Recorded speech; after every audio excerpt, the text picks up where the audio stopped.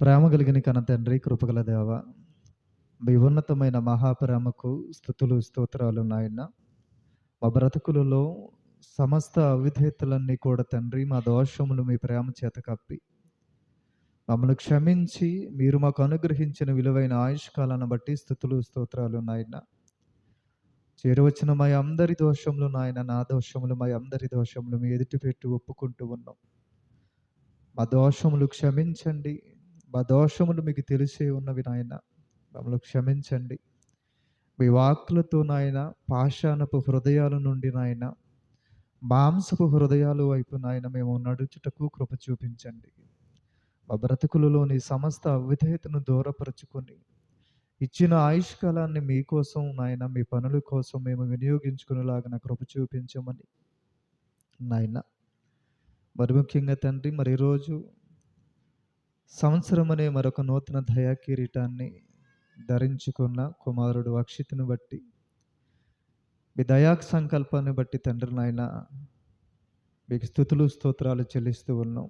గడిచిన కాలం అంతా కుమారుడిని మీ చలనలో కాచి కాపాడారు. మరొక నూతన సంవత్సరం అనే దయా కిరీటాన్ని మీ కుమారునికి ధరింపచేశారు.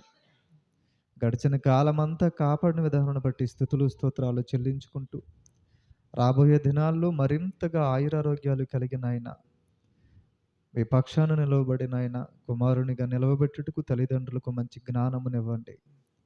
మీ దయందును మనుషుల దయందును వర్ధలింప చేయండి. విలువైన మాటలు నాయన మేము ఆలోచిస్తూ ఉండగా మీ సహాయాన్ని మాకు అనుగ్రహించమని యేసుక్రీస్తు వారి ఉన్నతమైన నామం నీ ప్రార్థన అడుగుచున్నాను మా పరమ తండ్రి, ఆమెన్.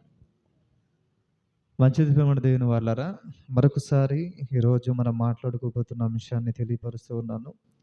దేవుని స్వరూపం నీదే. దేవుని స్వరూపం నీదే.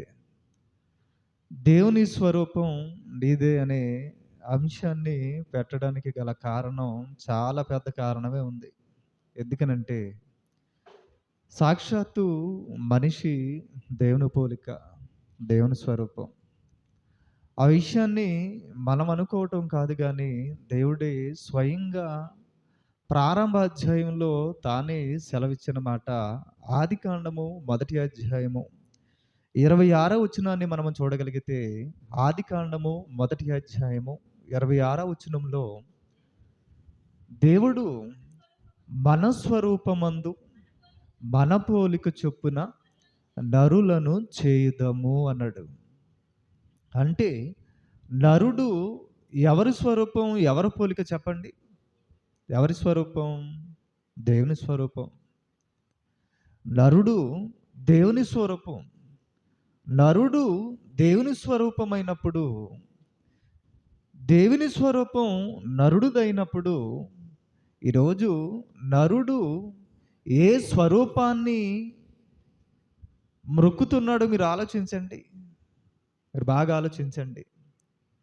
దేవుని స్వరూపం నరునిదైనప్పుడు, నరుని స్వరూపం దేవునిదైనప్పుడు, నరుడు ఏ స్వరూపాన్ని స్తుతిస్తూ ఉన్నాడు, ఏ స్వరూపాన్ని కొలుస్తూ ఉన్నాడు, ఏ స్వరూపాన్ని ఈరోజు దేవునిగా ఆరాధించగలుగుతున్నాడు మీరు చెప్పండి. మీరు బాగా ఆలోచించండి. దేవుని స్వరూపం కలిగిన నరుడు ఏం చేస్తున్నాడంటే నరుడు దేవుని స్వరూపానికి ఏమండి ప్రతిరూపంగా బ్రతకవలసింది పోయి, నేను దేవుని స్వరూపం కాదు. ఎవరు? నరుడు. మనిషి ఎలాగ ఆలోచిస్తున్నాడంటే, నేను దేవుని స్వరూపం కాదు, దేవుడు దేవుడే, నేను నరుణ్ణి. దేవునికి నాకు మధ్య ఉన్న సంబంధం, నా అవసరతలు తీర్చేవాడు దేవుడు. దేవుడు అంటే ఎలా కొలుస్తున్నారు ఈరోజు? దేవుడు అనగానే మనిషికి సకల అవసరతలు తీర్చేవాడు మాత్రమే దేవుడు అని దేవుణ్ణి నమ్ముతున్నారు, దేవుణ్ణి భక్తి చేస్తున్నారు. ఇది ఎంతవరకు కరెక్ట్ మీరు ఆలోచించండి. ఇది ఎంతవరకు కరెక్ట్ చెప్పండి. ఏమంటే చాలా విషయాల్లో చాలామందిని అంటే కొన్ని విభిన్న మతాలకు కలిగిన వారముగా మన భారతదేశంలో మనం బ్రతుకుచున్నాం కనుక కొందరిని ప్రశ్నించినప్పుడు అండి వారు అంటూ ఉండేవారు ఏమనంటే, మన ముస్లిం సహోదరులు ముఖ్యంగా వారు మాట్లాడే మాట ఎలా ఉంటదనంటే, మనము దేవునికి మనకు అవసరతలు తీర్చేవాడండి. మన దేవుడు మనకు అవసరతలు తీర్చేవాడు. ఆయనకి మనకు ఉన్న మధ్య సంబంధం ఇదేనండి అని మాట్లాడారు ఒకాయన నాతో. ఆయన మాట్లాడుతూ, దేవునికిని మనకు ఉన్న సంబంధం ఏంటనంటే, మన అవసరతలు తీర్చేవాడండి ఆయన. మన అవసరతలు తీర్చేవాడు. మనకేది కావాలి అన్నా ఇచ్చేవాడు మాత్రమే మన దేవుడండి. అంటే అంతవరకు మాత్రమే వారు దేవుడిని చూస్తున్నారు. ఒక సమాజం దేవుడిని ఎంతవరకు చూస్తున్నారనంటే, దేవుడు మన అవసరతలు తీర్చేవాడు మాత్రమే అని దేవుణ్ణి కొలుస్తున్న పరిస్థితులు. దేవుణ్ణి కొలుస్తున్న పరిస్థితులు. ఏమండి మరికొంతమంది సమాజం ఎలా ఉన్నారంటే దేవునికి ఇష్టమైనవేవో తెలుసుకుంటారు. దేవునికి ఇష్టమైనవేంటి? మన కోరికలు దేవునికి ఏవి ఇస్తే మన కోరికలు తీరుస్తాడు, మన అవసరతలు తీరుస్తాడు. ఆయనకి ఇష్టమైన పళ్ళేంటి, ఆయనకి ఇష్టమైన పువ్వులేంటి, ఆయనకి ఇష్టమైన బంగారాలు లేదా నగలు, ఏమండి వజ్ర వైఢూర్యాలు, ఆయనకు ఇష్టమైన ఆభరణాలు ఏంటి అని ఆలోచన చేసి ఆ ఆభరణాలు, ఆ పళ్ళు, ఆ పలహారాలు సమర్పించి వీరు కోరికలు తీరుస్తాడు అని మరొకరు దేవుని నమ్ముతున్నారు.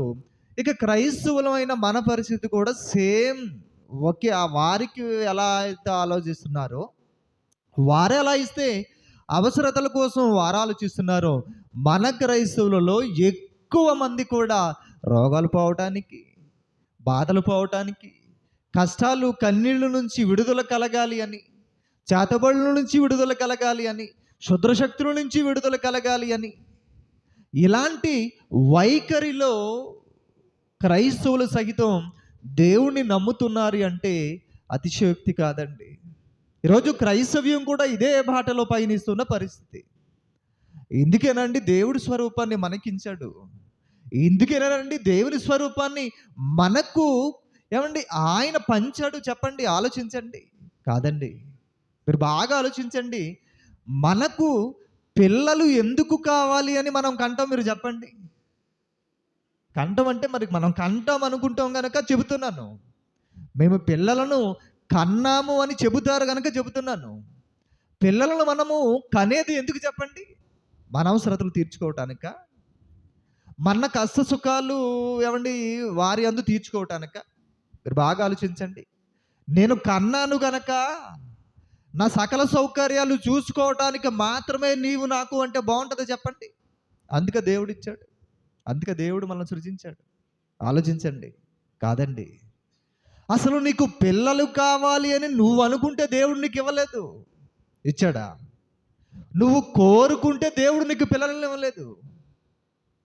ఈ ప్రపంచంలో ప్రతి యవనపు స్త్రీ, యవన పురుషుడు జతపరచబడుతున్నప్పుడు వివాహం ద్వారా దేవుడు ఏమండి ఎవరు ఇవ్వలేని బహుమతిని దేవుడు ఆ దాంపత్య జీవితంలో భార్యాభర్తలకు ఇస్తున్నాడు.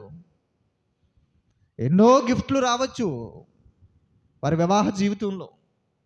వారి పెళ్ళికి ఎన్నో గిఫ్ట్స్ ఇస్తూ ఉంటారు. ఏమండి ఒకరు ఒకటి, మరొకటి ఎన్నెన్నో గిఫ్ట్లు వారికి ఏమండి ఇస్తూ ఉంటారు. కానీ ఎవ్వరు ఇవ్వలేనిది దేవుడు మాత్రమే ఇవ్వగలిగింది. దేవుణ్ణి మాత్రమే అడిగితే, లేదా నువ్వు అడగకపోయినా ఇచ్చేది అదేనండి గర్భఫలం, దేవుడిచ్చు బహుమానం. ఎందుకు నీకు గర్భఫలాన్ని దేవుడు బహుమానంగా ఇస్తున్నాడో తెలుసా? ఎందుకు ఇస్తున్నాడో తెలుసా? నీకు పిల్లలను కావాలని కాదు, ఆయనకు పిల్లలు కావాలి. ఎవరికి పిల్లలు కావాలి? దేవునికి పిల్లలు కావాలి. పరలోకంలో ఉన్న దేవుడు పరలోకంలో ఉన్న దేవుడు ఏమంటే తనకు పిల్లలు కావాలి అనే ఒక ఆశతో, నాకు పిల్లలు కావాలి. ఎక్కడ కావాలి? భూమి మీద నాకు పిల్లలు కావాలి. ఎందుకు కావాలి ప్రభు నీకు పిల్లలు అంటే, నా పిల్లలు నా కళ్ళ ముందు ఆడుకుంటుంటే, నా పిల్లలు కళ్ళ ముందు నన్ను తండ్రి అని పిలుస్తుంటే, ఆ పిలుపులోని ఆ ఆనందం నేను అనుభవించాలి అనుకున్నాడు దేవుడు. ఆ ఆనందాన్ని అనుభవించడానికి ఆయన తన సృష్టిలో భూమి మీద మనలను ప్రథమమైన వారిగా ఎన్నుకున్నాడు. ఈ ప్రకృతిని అంతా చూడండి మన కోసం ఈ ప్రకృతిని అంతా చూడండి మన కోసం. ఏమండి 6 దినాలు కష్టపడి 6వ దినాన్ని చివరిగా తన కొడుకుని చేశాడు. ఆయనే ఆదాము. చేసి నువ్వు అనుభవించిన ఆయన అని ఏమండి తద్వారా ఆయన ద్వారా ఈ ప్రపంచానికి మనుషులు ఏమండి ఒకరి గర్భం నుండి ఒకరు రావాలి అని కోరుకున్నాడు. ఆయా తరాలలో ఆయా కాలాల మధ్య ఆయా మనుషులు భూమి మీదకి వచ్చారు. ఈ తరములో మనముగా ఈరోజు ఈ సంఘంగా కూడుకొని ఉన్నాం. ఆలోచించండి. దేవుని ప్రణాళిక అది. దేవుని పిల్లలుగా ఈ భూమి మీద బ్రతకాలన్నది దేవుని ఆశ, దేవుని కోరిక. గనుక ఆయా గర్భాలు దాటించుకుంటూ నిన్ను దేవుడు ఏమండి తన ప్రణాళిక చొప్పున తన సంకల్పం ప్రకారం ఈ భూమి మీదకు పంపిస్తున్నాడు. ఎందుకు తెలుసా? ఆయన నీ తండ్రిని నువ్వు గుర్తించాలి అని. ఆయన దేవుడు అయిన దేవుడు నీకు తండ్రి అని నువ్వు గుర్తించాలి. దేవునికి నీకు ఉన్న సంబంధం ఈ సమాజము మరిచిన వేళ, దేవునికి నీకు ఉన్న తండ్రి కుమారుల బంధాన్ని ఈ సమాజానికి చాటి చెప్పాలి అని దేవుడు కోరుకున్నాడు. దేవుడు ఏమండి ఆయన పిల్లలుగా మనం బ్రతకాలి అని ఆశ కలిగి లోబడు నల్లని జనుల వైపు దినమంతా తన చేతులు చాచే ఉంచుతున్నాడు. అందుకనే పరిశుద్ధ గ్రంథంలో దేవుడు ఒక మాట మాట్లాడుతూ ఏమంటున్నాడంటే, దేవుడు తన పోలిక చొప్పునని చెప్పాడు కదా. మన పోలిక చొప్పున మన స్వరూపమందు నరులను చేయుదు అన్నాడు కదా. స్వరూపము అనగానే ప్రియమైన దేని వలరా ఇది వ్యక్తిత్వం లేదా ఏమండి అంతర్గత యొక్క లక్షణాలను తెలియపరిచేది. స్వరూపం అనగానే ఆ వ్యక్తిత్వాన్ని లేదా క్యారెక్టర్ని లేదా అంతర్గత లక్షణాలను చూపించేదే స్వభావం లేదా స్వరూపం. మీరు బాగా ఆలోచించండి. ఇప్పుడు దేవుడు అనగానే మనమేమో దేహాలతో ఉన్నాం, ఆయనేమో ఆత్మగా ఉన్నాడు. దేవుడు ఎలా ఉన్నాడు? దేవుడు రూపమేంటి చెప్పండి. యోహాను సువార్త 4:24 ఏమంటాడు? దేవుడు ఆత్మ. దేవుడు ఆత్మ. దేవుని స్వరూపం ఆత్మ అయితే మరి మన స్వరూపం ఏంటి?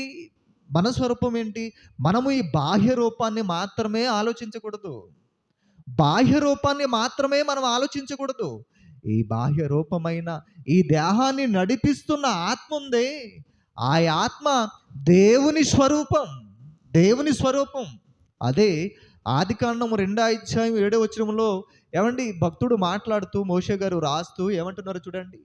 ఆదికాండము 2:7 దేవుడైన యెహోవా నేల మంటితో నరుని నిర్మించి వాని నాసికి రంధ్రములలో జీవవాయువును ఊదగా, దేవుడు ఏమండి ఆ జీవవాయువును ఊదగా నరుడు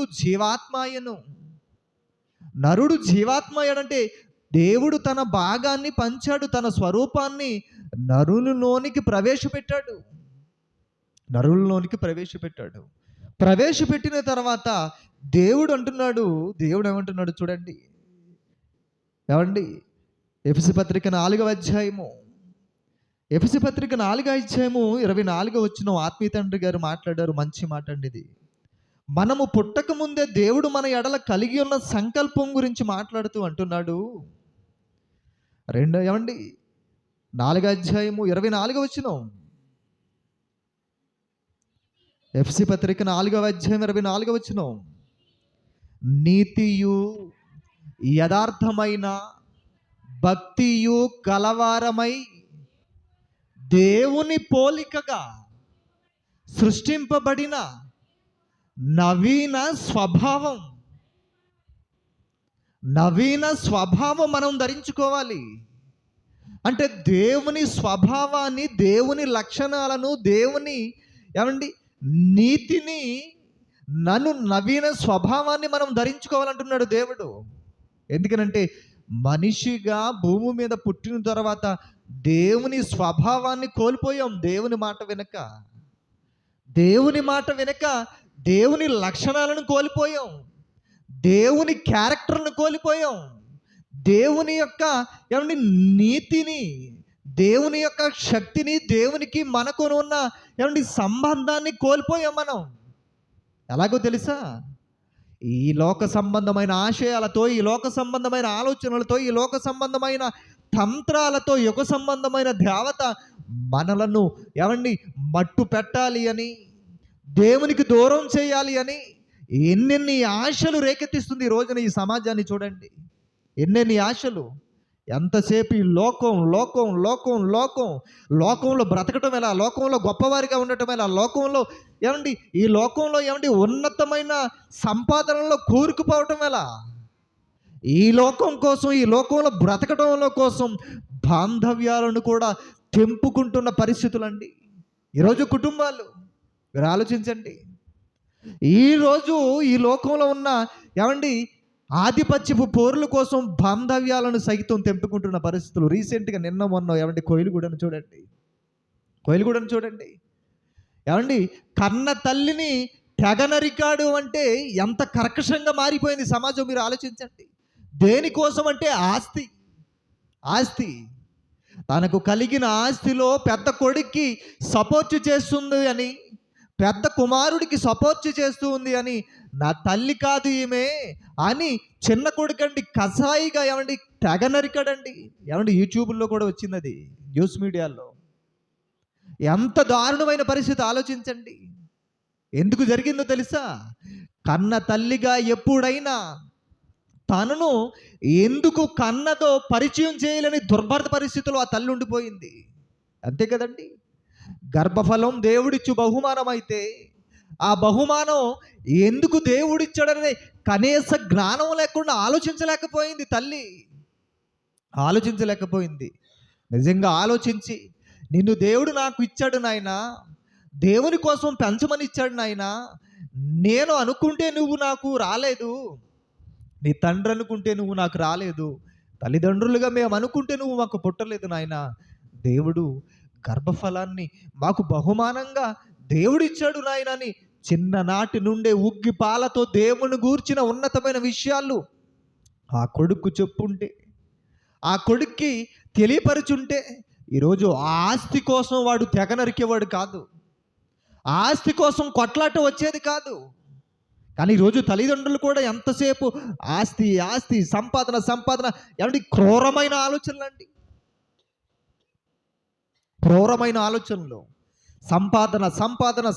సంపాదించింది ఏదో చేయాలనే మైండ్ సెట్. దేవుని కోసం ఆలోచించరా? దేవుని కోసం బ్రతకరా? దేవుని కోసం ఆలోచించాలనే థాట్సే ఉండవు. ఎందుకనంటే ఈ లోకం అనుకుంటే అర్ధాంతరంగా జీవితాన్ని ముగించుకుంటూ వెళ్ళిపోతున్న పరిస్థితుల్లో. ఏమండి ఎంత సంపాదించి ఉంటుందా తన తల్లి? ఏమండి పెద్ద కొడుకు సపోర్ట్ చేసింది, ఏమైనా సుఖపడిందా?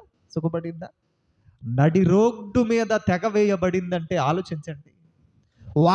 వాడికి ఏమైనా సుఖముందా? తెగ నరికాడు. వాడికి భవిష్యత్తు ఏమైనా బాగుంటుందంటే వాడి భవిష్యత్తు బాగోదు.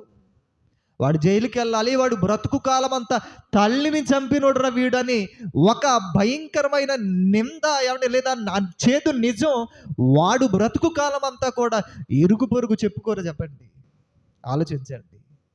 నిన్ను సృష్టించింది ఎందుకు, సృష్టించిన దేవుడు నిన్ను నేర్పించున్న పాఠం ఏంటి అని తల్లిదండ్రులు గుర్తించక, తల్లిదండ్రులు గర్భాన పుట్టిన బిడ్డలు గుర్తించక ఎంతసేపు ఈ లోకమను బ్రతుకుతుంటే కుటుంబాలు పతనవస్థకి ఎలా వెళ్ళిపోతున్నాయో మీరు చూడండి. దేవుని స్వరూపం ఏమర్థమైంది వాడికి? వాడు దేవుని స్వరూపం అని వాడు కత్తి పట్టుకున్నప్పుడు నిజంగా దేవుని గురించి తెలుసుకుని ఉంటే వాడు కత్తి పట్టుకునేవాడా చెప్పండి? తన తల్లిని నరికేవాడా చెప్పండి? నరుకుతాడా? నరకడు. వాడు ఆలోచించలేదు, నేను దేవుని స్వరూపం కదా, నేను దేవుని గర్భాన్ని నుంచి వచ్చాను కదా, నా తల్లికి నన్ను దేవుడు కదా బహుమానంగా ఇచ్చాడు, నేను దేవుని కోసం బ్రతకవలసిన వాడిని కదా అని వాడు ఆలోచించే ఆలోచన తల్లిగా చెప్పలేదు, కొడుక్కి చెప్పలేదు. అందుకనేనండి ఒకనాడు ఇశ్రాయేలుకి దేవుడు చట్టాన్ని, ధర్మ కట్టడలను అనుగ్రహిస్తూ ధర్మాన్ని వారికి చెబుతూ ఆ ధర్మశాస్త్ర గ్రంథంలో, ద్వితీయోపదేశ ఖండంలో, ఆరాధ్యంలో ఏమండి చెబుతున్న మాట మీరు చూడండి ఎంత బాగుంటుందో తల్లిదండ్రులకు. ఆరాధ్యాయము 6వ వచనం చూడండి, నేడు నేను నీకు ఆజ్ఞాపించు మాటలు నీ హృదయంలో ఉండాలి. అవి నీ కుమారులకు అభ్యసింపచేయాలి. నీ ఇంట కూర్చున్నప్పుడును, త్రోవను నడుచున్నప్పుడును, పండుకున్నప్పుడును, లేచినప్పుడును వాటిని గూర్చి మాత్రమే నువ్వు చెప్పాలి. తండ్రిగా తల్లిగా దేవుని మాటలను సూచనగా నీవు నీ చేతికి కట్టుకోవాలి. అవి నీ కన్నుల నడుమ బాసికముల వలె ఉండవలను. నీ ఇంటి ద్వారబంధాల మీద, గౌనుల మీదను దేవుని మాటలు, నా మాటలు ఉండాలి. నా మాటలు ఉండాలి. నా మాటలు నీ గౌనుల మీద ఉండాలి. నీ చేతికి కట్టుకోవాలి. నీ నుదుటి మీద ఉండాలి. నీ బిడ్డ కూర్చున్నప్పుడు, నీ బిడ్డ లేచినప్పుడు, నీ బిడ్డ పడుకున్నప్పుడు నన్ను గూర్చి మాత్రమే నువ్వు నీ బిడ్డలకు చెప్పాలమ్మా అని చెప్పాలి నాయనని దేవుడు ఏనాడో చెప్పాడు. ఏనాడో చెప్పాడు. కుటుంబాలు భవిష్యత్తుని ఎరిగి ఎంత పాషాణ హృదయంగా మారిపోతారు వీళ్ళు అని, ఎంత భయంకరంగా కర్కశులుగా మారిపోతారు అని దేవుడండి తనను ప్రేమించకపోయిన తన చట్టాన్ని 66 పుస్తకాలుగా మన చేతుల్లో పెట్టాడండి. ఎందుకు తెలుసా? దేవుణ్ణి తెలుసుకున్న మనమైనా ఏమంటే నేర్చుకుని వాటిని అవలంబిస్తూ ఈ సభ్య సమాజం అంతా కూడా నాశనానికి వెళ్ళిపోతుండగా ఇలాంటి భయంకరమైన ఏమంటే పరిస్థితులు మనం చూస్తున్నప్పుడు, ఒరే నాయన, బ్రతుకునిచ్చింది అందుకు కాదు, బ్రతుకునిచ్చింది దేవుని కోసం. దేవుని కోసం బ్రతకాలి మనం. మన ఆత్మకు చావు లేదు, మన ఆత్మకు శాశ్వతమైన జీవితం ఉందని తెలియపరచాలి అనే ఈ మాటలు మన కోసం రాయించాడు, మనకు తెలియపరుస్తున్నాడండి. కానీ ఎవరండి రోజు వింటున్నారు చెప్పండి? ఎవ్వరు వినటం లేదు. ఆస్తుల కోసం కొట్లాట్లు, ఆస్తుల కోసం గొడవలు, ఆస్తుల కోసం ఏమంటే భయంకరమైన ఆఖరికి చంపుకునే స్థాయికి వెళ్ళిపోతున్న పరిస్థితులు కదండి. ఆలోచించండి. నీతి, న్యాయం, ధర్మం లేని పరిస్థితులు. న్యాయం తెలియదు మనకి, ధర్మం తెలియదు మనకి. కానీ ధర్మభక్తులు అబ్బో మనకు మించిన వారు లేరు. మాట్లాడటంలో మనకు మించిన వారు లేరు. ఈ లోక భోగాల గురించి మాట్లాడుకోవటంలో మనకు మించిన వారు లేరు. దేవుని కోసం మాట్లాడతావా? దేవుని కోసం ఆలోచిస్తావా? దేవుని పని అంటే ఇష్టపడతావా? దేవుని పని కోసం అంటే ఏమైనా ఇవ్వగలగమా? ఏముండదండి. లోకం లోకం లోకం లోకం అండి. లోకం కోసం బ్రతుకుతావా? లోకం కోసం బ్రతకటానిక ఈ జన్మనిచ్చింది, లోకం కోసం బ్రతకటానిక ఈ జీవితాన్ని ఇచ్చింది దేవుడు. ఆలోచించండి ప్రియమైన దేవుని వల్ల ఆలోచించి కాదండి. దేవుని స్వరూపాన్ని అందుగా నీకు ఇచ్చాడు కాదు కదా. నువ్వు దేవుని స్వరూపం కలిగి ఉన్నది దేవుని ఈ భూమి మీద నువ్వు చూపించాలి. దేవుని క్యారెక్టర్ను నువ్వు ఈ భూమి మీద చూపించాలి. నీ బ్రతుకులో దేవుని యొక్క స్వభావాన్ని, దేవుని యొక్క లక్షణాలను నీ జీవితంలో నీ మాట ద్వారా, నీ ప్రవర్తన ద్వారా, నీ ఆలోచన ద్వారా, నీ గుణగణాలు దేవుని చూపించాలన్నాడు. అందుకని ఒక చక్కటి మాట మాట్లాడుతూ దేవుడు ఏమంటున్నాడు చూడండి. యెషయా గ్రంథము 64వ అధ్యాయము 8వ వచనంలో దేవుడు అంటున్నాడు చూడండి. భక్తుడు మాట్లాడుతూ, దేవుని గురించి భక్తుడు మాట్లాడుతూ ఏమంటున్నాడు చూడండి. యెహోవా నీవే మాకు తండ్రివి. ఏమంటున్నాడు చూడండి. నీవే మాకు తండ్రివి, మేము జిగటమన్ను, నీవు మాకు కుమ్మరివాడవు, మేమందరము నీ చేతి పని అయి ఉన్నాము. యెహోవా ఏమంటున్నాడు చూడండి. నీవు కుమ్మరివి. కుమ్మరువైన నీవెవరువో తెలుసా? మాకు తండ్రివి. నీవు స్వరూపమేమో. నీవు దేవుడు అయితే నీ స్వరూపం కదా తండ్రి. మేము నీ స్వరూపం కదా. మేము నీ స్వరూపాన ఉన్న మాకు నీవు తండ్రివి కదా. నీవు మా కుమ్మరివాడివి నీవు. మమ్మల్ని చేసింది నీవు, మమ్మల్ని కన్నది నువ్వు, మమ్మల్ని సృజించింది నీవు. భూమి మీద ఉన్న తల్లిదండ్రులు కదా? కాదండి, కాదు. ఎవరు అంటే దేవుడు. అందుకనే మనకు పాటల్లో కూడా ఏమండి, జాన్సన్ అన్న ఒక మంచి పాట రాశారు మనకు. దేవుని గూర్చి పెంచని తల్లా, దేవుని గూర్చి పెంచని తండ్రా అన్నాడు.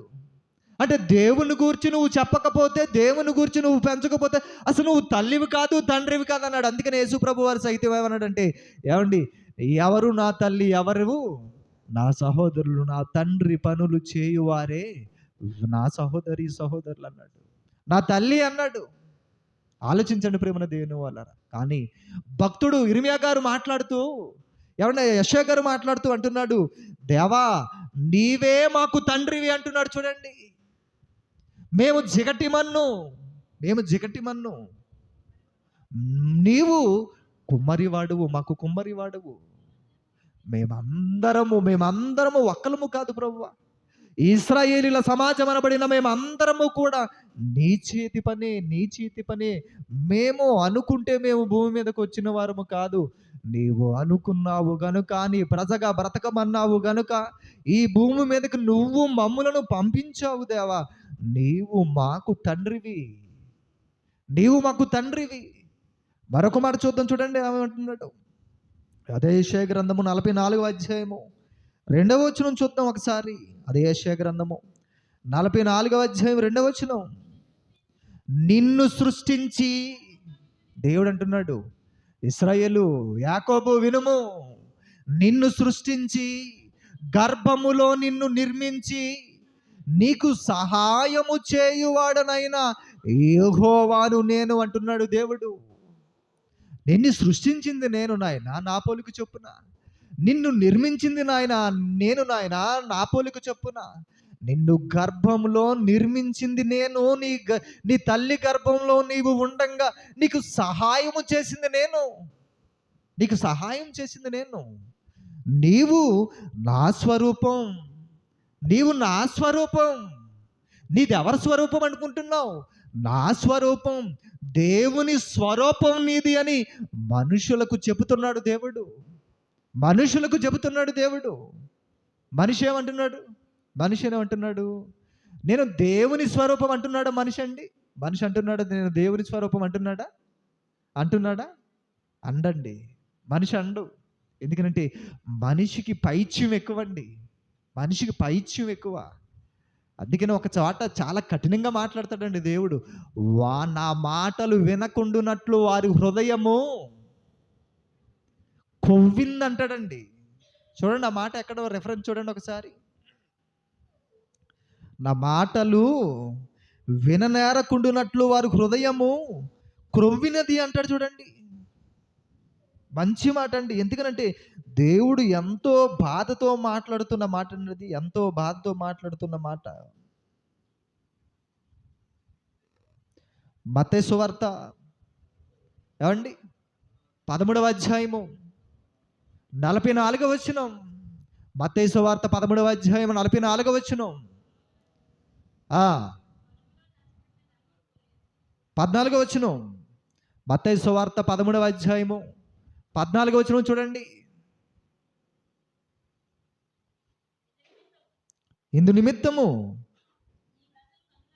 ఈ ప్రజలు కన్నులారా చూచి, చెవులారా విని, హృదయంతో గ్రహించి, మనసు త్రిప్పుకుని నా వలన స్వస్థత పొందకుండునట్లు వారి హృదయము క్రొవ్వినది అంటున్నాడు చూడండి.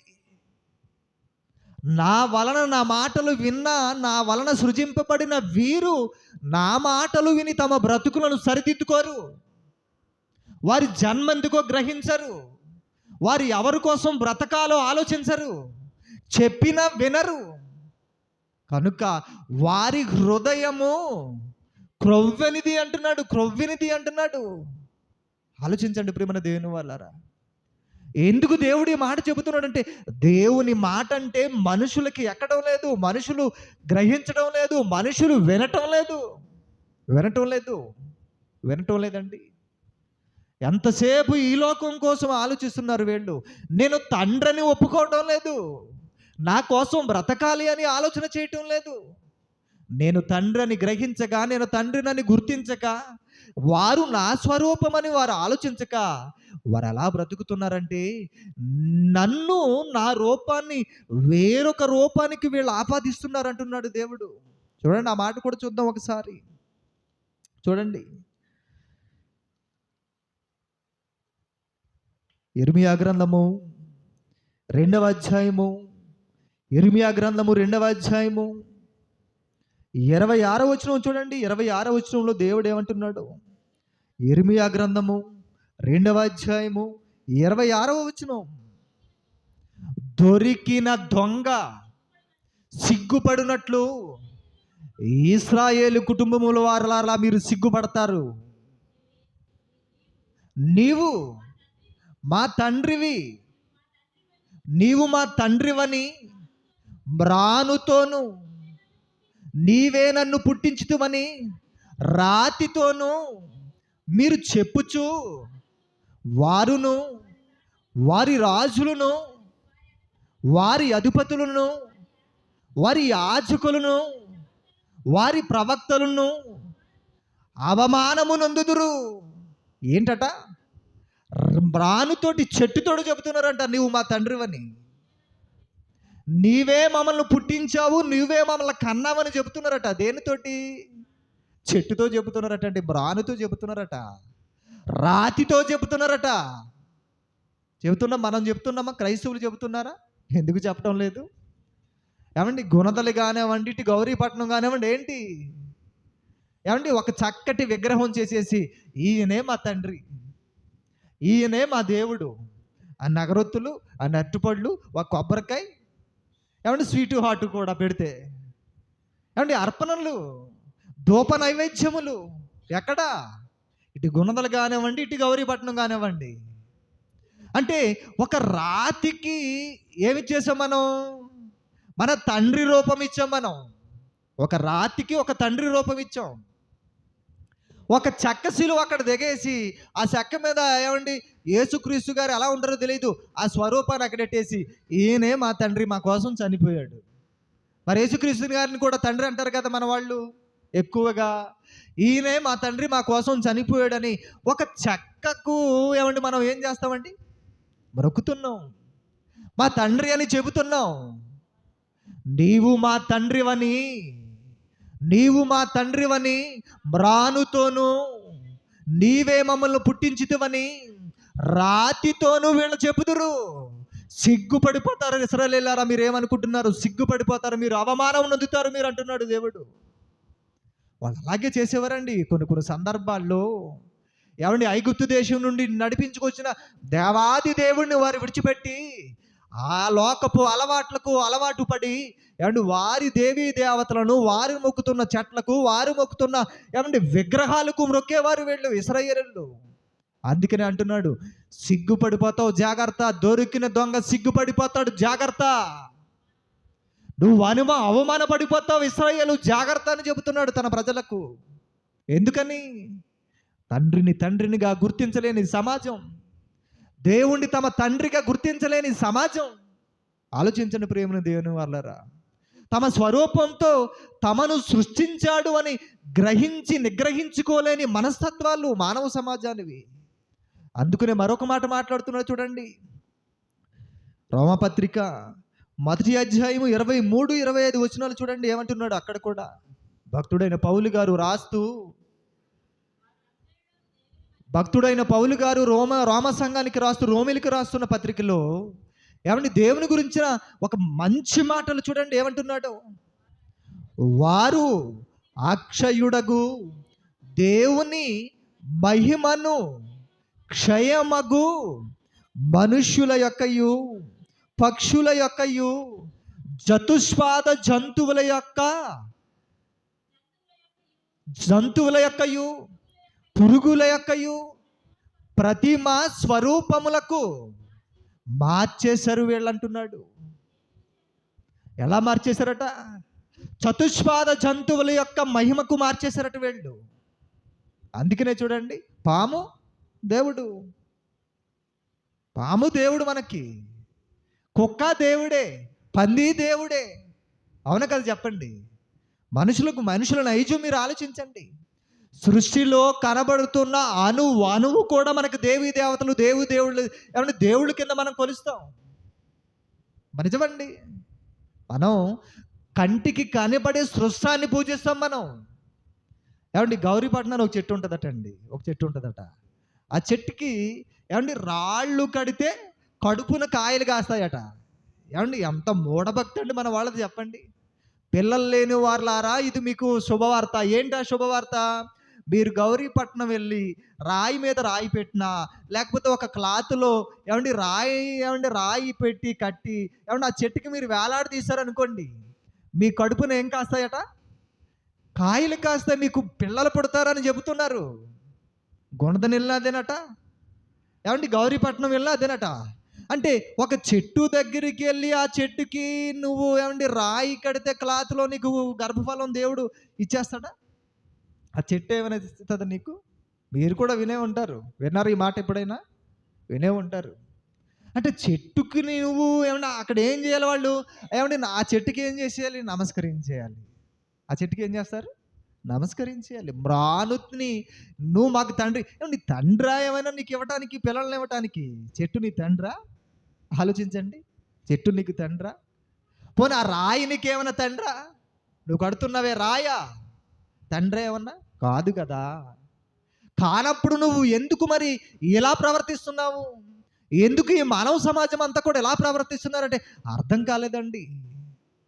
దేవుని స్వరూపం ఎవరో అర్థం కాలేదు. నాది దేవుని స్వరూపం అనే ఆ మాట మనిషికి అర్థం కాలేదు. మనిషికి నిజంగా ఆ మాట అర్థమైతే నేను దేవుని స్వరూపం కదా, దేవుడు కదా నన్ను సృష్టించాడు, దేవుడు కదా నాకు సమస్తాన్ని ఇచ్చాడు, దేవుడు కదా నాకు ఈ ఆయుష్కాలాన్ని ఇచ్చింది, దేవుడు కదా ఈ బ్రతుకును నాకు దేవుడు ఇచ్చాడు కదా, నేను దేవుని పోలికైనప్పుడు, నేను దేవుని స్వరూపమైనప్పుడు నా దేవుని కోసం కదా నేను బ్రతకాలి. నా దేవుడు కదా నాకు సమస్తము, నా దేవుడు కదా నాకు స్వాస్థ్యము, నా దేవునికి కదా నేను మహిమపరచవలసింది అని ప్రతి మనిషి ఆలోచించేవాడండి. ఈ దేవుని స్వరూపము నేనే అని తెలియక దేవుని స్వరూపాన్ని నెతకడం ప్రారంభించాడు మనిషి. ఎలాగా? మాకు దేవుడు కావాలి, మాకు దేవుడు కావాలి, మాకు దేవుడు కావాలని. ఎంతమంది ఎన్ని దేవుళ్ళను చేసుకుంటున్నారో చూడండి. మన ఇళ్ళలో కూడా చూడండి ఫొటోస్. యేసుప్రభు ఫోటో, మరియమ్మ ఫోటో, పేతురు ఫోటో, ఆ ఫోటో, ఈ ఫోటో. ఏంటవి? విగ్రహాలు. నిగ్రహం లేని విగ్రహాలు అవి. మనము కూడా ఫోటోలు పెట్టి పూజిస్తున్నామంటే ఏంటవి? విగ్రహం. చతుష్పాద జంతువుల యొక్క ప్రతిమా స్వరూపానికి మనము మన దేవుని మహిమను మార్చేస్తున్నాం. మనం దేవునిగా చూడటం లేదు. దేవుని స్వరూపంతో పుట్టిన మనము దైవాలమని మర్చిపోయామండి. మర్చిపోయాం. అందుకని ఈరోజు ఎక్కువగా ధనం మనం మనిషి ప్రేమించేది ఈ రోజు ఎవరిని ప్రేమిస్తాడు చెప్పండి? డబ్బు. దేవుడు తర్వాత అండి. దేవుడు తర్వాత ఫస్ట్ డబ్బే ముఖ్యం, దేవుడు కాదు. అందుకని ఆ డబ్బు మీద, ఆ నోటు మీద ఎవరు ఉంటాయి చెప్పండి? ఎవరు బొమ్మలు ఉంటాయి చెప్పండి? ఎవరు బొమ్మలు ఉంటాయి ఆ నోటు మీద? చతుష్పాద జంతువుల యొక్క ప్రతిమా స్వరూపాలు ఉంటాయి ఆ డబ్బు మీద. ఆ 10 రూపాయల నోటు మీద కానివ్వండి, 100 రూపాయల నోటు మీద కానివ్వండి, 500 నోటు మీద కానివ్వండి, మీరు ఆలోచించండి. దాని మీద పురుగుల యొక్కయు, మనుషుల యొక్కయు, జంతువుల యొక్క ప్రతిమా స్వరూపాలు ఉంటాయి ఆ డబ్బు మీద. మనకు డబ్బే దేవుడు. అవును కదా? మీరు ఆలోచించండి. డబ్బు కోసం ఎంతకైనా తెగిస్తాం. కన్న బంధాలను కూడా మేము విస్మరిస్తాం. డబ్బు. ధనాపేక్ష సమస్త కీడులకు మూలం అన్నాడు దేవుడు. అందుకే నీ జీవితం డబ్బు కోసం కాదు. నీ జీవితం డబ్బు సంపాదించడమే కాదు. నీ జీవితం డబ్బు కోసమే ధ్యేయంగా ఉండకూడదు. ఫస్ట్ నీ లక్ష్యం నిన్ను సృష్టించిన దేవుడు ఉండాలి. ఫస్ట్ నీ ఆలోచన అంతా కూడా నిన్ను సృష్టించిన నీ సృష్టికర్త ఎవరు అని తెలుసుకోవటంలో ఉండాలి. అది లేకే కదండి ఈరోజు ప్రతి మనిషి కూడా భయంకరమైన పాషాణ హృదయాలతో బ్రతుకుతున్నాడు. ఈరోజు ఆలోచించండి. ఎవరి దగ్గర ఉంది? దేవుని స్వరూపం నీదే అని టైటిల్ మనం పెట్టుకున్నామంటే ఎవరు దేవుని స్వరూపంలో కనబడుతున్నారు చెప్పండి? కనబడుతున్నారా? దేవుని స్వరూపం, దేవుని లక్షణాలు కనబడుతున్నాయి చెప్పండి? లేదండి, లేదు. దైవ లక్షణాలు లేవు. దేవుని స్వరూపంతో పుట్టిన పిల్లల దగ్గర దైవ లక్షణాలు లేవు, దేవుని స్వరూపం లేదు. మరి ఆ లక్షణాలు, ఆ స్వభావం ఎవరి దగ్గర ఉన్నాయని దేవుడు చెప్పాడు? మీరు అనుభవిస్తున్నారే ప్రకృతిని చూడండి నాయన, నా లక్షణాలు చూపిస్తాయి. నా కడుపున చెడబుట్టారు మీరు. నేను కన్నది మిమ్మల్ని ఇందుకోసమా? నేను కన్నది ఇందుకోసమా మిమ్మల్ని? నా మహిమ నిమిత్తం కదా నేను మిమ్మల్ని సృష్టించుకున్నాను అంటాడు. చూడండి ఆ పదం, చూడండి ఆ మాట, చూడండి ఎక్కడ ఉంటుంది చూద్దాం ఒకసారి. యెషయా గ్రంథము 43వ అధ్యాయం 7 నుంచి 9 వరకు చూద్దాం. ఏమంటే నిజంగా సవాలుతో చెబుతున్నాడు అండి మాట, సవాలుతో చెబుతున్నాడు. యెషయా గ్రంథము 43వ అధ్యాయం 7 నుంచి చూడండి 9 వరకు. నా మహిమ నిమిత్తము నేను సృజించిన వారిని, నా నామము పెట్టబడిన వారిని, వారందరినీ తెప్పించుము. నేనే వారిని కలుగు చేసితునని, వారిని పుట్టించిన వాడను నేనే. కన్నులుండి అంధులైన వారిని, చెవులుండి మత్తులైన వారిని తీసుకుని రండి. సర్వజనులారా గుంపులు గుంపులుగా రండి. మీరు జనములు కోర్చబడవలెను. వారిలో ఎవడు ఇట్టి సంగతులకు తెలియచేయుదురు? పూర్వకాలమున జరిగిన సంగతులను ఎవరు మాకు వినిపించెదరు? తాము నిర్దోషులమని తీర్పు పొందినట్లు తమ సాక్షులను తీసుకురావాలి మీరు. లేదా విని సత్యమే అని, దేవుడే మనల్ని సృష్టించాడు అని మీరు ఒప్పుకోవాలి అంటున్నాడు దేవుడు. దేవుడు సాక్ష్యం తీసుకురమ్మంటే ఎక్కడ నిలబడతాం మనం చెప్పండి? నేను మిమ్మల్ని సృష్టించాను అని సాక్ష్యం ఉంది, సాక్ష్యం ఉంది నా దగ్గర. నేను సృష్టించలేదని ఏమైనా సాక్ష్యం ఉందా మీ దగ్గర? తీసుకురండి అంటున్నాడు. ఎందుకంటే మన క్యారెక్టర్ చెప్పేశాడు కదా, వాళ్ళ గురించే మాట్లాడాడు కదా అక్కడ పైన. వీళ్ళు మా తండ్రి అని ఎవరితో చెబుతున్నారు? వీళ్ళు మ్రానుతోనూ రాతితోనూ చెబుతున్నారు. ఈయనేమంటున్నాడు? ఇశ్రాయేలీయులారా, నిన్ను సృష్టించింది నేను, మిమ్మల్ని కన్నది నేను, మిమ్మల్ని పుట్టించింది నేను. మీరు గుంపులు గుంపులుగా రండి, మీరు పోగడండి. మొత్తం అందరూ కూడా గుంపులు గుంపులుగా వచ్చి సృష్టించింది నేనేనని మీరు తెలుసుకోండి. ఒకవేళ నేను కాదని ఏదైనా సాక్ష్యం ఉందా మీ దగ్గర? సాక్ష్యం ఉందా? తీసుకుని రండి. సాక్ష్యం తీసుకురాలేకపోయారా? విని, నేను చెప్పింది విని సత్యమని నమ్మండి, ఒప్పుకోవాలి మీరు అంటున్నాడు. ఇది తెలుసుకొని నన్ను నమ్మి నేనే మీ తండ్రినని మీరు గ్రహించాలి అంటున్నాడు. చూడండి, ఎవరండి నిలబడగలరు ఈ సవాలుకి చెప్పండి? దేవుడు విసిరే సవాలుకి ఎవరండి నిలబడగలరు? నిలబడలేరండి. అందుకే నేను నిజంగా బైబిల్ని ఎందుకింత వాగ్దాటితో మనం ఎందుకింత పౌరుషంగా ప్రకటిస్తాము అని అంటే, దేవుడు సాక్ష్యాలు పెట్టాడు బైబిల్లో. రమ్మంటున్నాడు, వేల కొట్టి రమ్మంటాడండి ఆయన. ఇంకో చోట ఉంటుందండి, ఆయన వేల కొట్టి రమ్మంటాడట, విజిలేస్తాడట.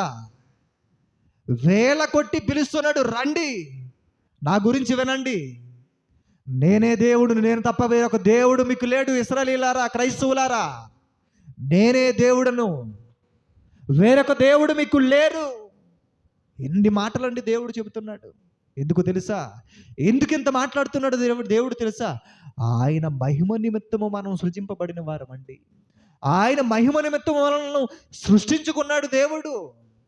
ఆయన మహిమ నిమిత్తము మనలను తన పోలిక చొప్పున సృష్టించుకుంటే, ఏమండి, ఆయన కన్న తర్వాత వేరొకడు కన్నాడు మమ్మల్ని, మాకు తండ్రి వేరొకడు అని చెబితే, ఏమండి, ఎంత బాధపడిపోతుంది ఆ తండ్రి హృదయం. మీరు ఆలోచించండి ప్రియమైన దేవుని వాళ్ళారా, ఎంత నొచ్చుకుంటుంది ఆ తండ్రి హృదయం. మీరు ఆలోచించండి. తల్లిదండ్రులు ఉంటారు కదండి, తల్లిదండ్రులు ఉంటారు. ఏమండి, ఈ పుట్టించిన వారిని, పోషించిన వారిని, పెంచిన వారిని మానేసి, ఏమండి, పక్క వాళ్ళను మా అమ్మ నాన్న అన్నారు అనుకోండి, ఎలా ఉంటుంది చెప్పండి? ఎలా ఉంటుంది చెప్పండి? ఏంటి వీడు ఎలా ప్రవర్తిస్తున్నాడు, ఏంటి ఈమె ఎలా ప్రవర్తిస్తుంది, మాకు దక్కని గౌరవాన్ని, మాకు దక్కని ప్రేమను ఎదుటి వారికి ఇస్తున్నారేంటి మా పిల్లలు అనుకోరా చెప్పండి? అనుకోరా? అనుకుంటారు. ఇది న్యాయమే. ఇది న్యాయమని నీకు అనిపిస్తే, నిన్ను సృష్టించిన సృష్టికర్త అయిన నీ దేవుడు నీ తండ్రి అయితే, ఆ నీ తండ్రి కూడా అదే మాట్లాడుతున్నాడు. నిన్ను సృష్టించింది నేను కదా, నువ్వు అనుభవించడానికి అనువనువున నీకు పెట్టింది నేను కదా, నీకు ఇచ్చింది నేను కదా, నువ్వు బ్రతుకుతున్నావంటే కారకుడును నేను కదా, నా మహిమ నిమిత్తము కదా నేను నిన్ను సృష్టించుకున్నాను. నువ్వేంటి నా మహిమను ప్రతిమా స్వరూపాలకు, చతుష్పాద జంతువుల ప్రతిమా స్వరూపాలకు మార్చేస్తున్నావేంటి నువ్వు? నా స్వరూపాన్నే జంతువులకు నువ్వు కడుతున్నావేంటి?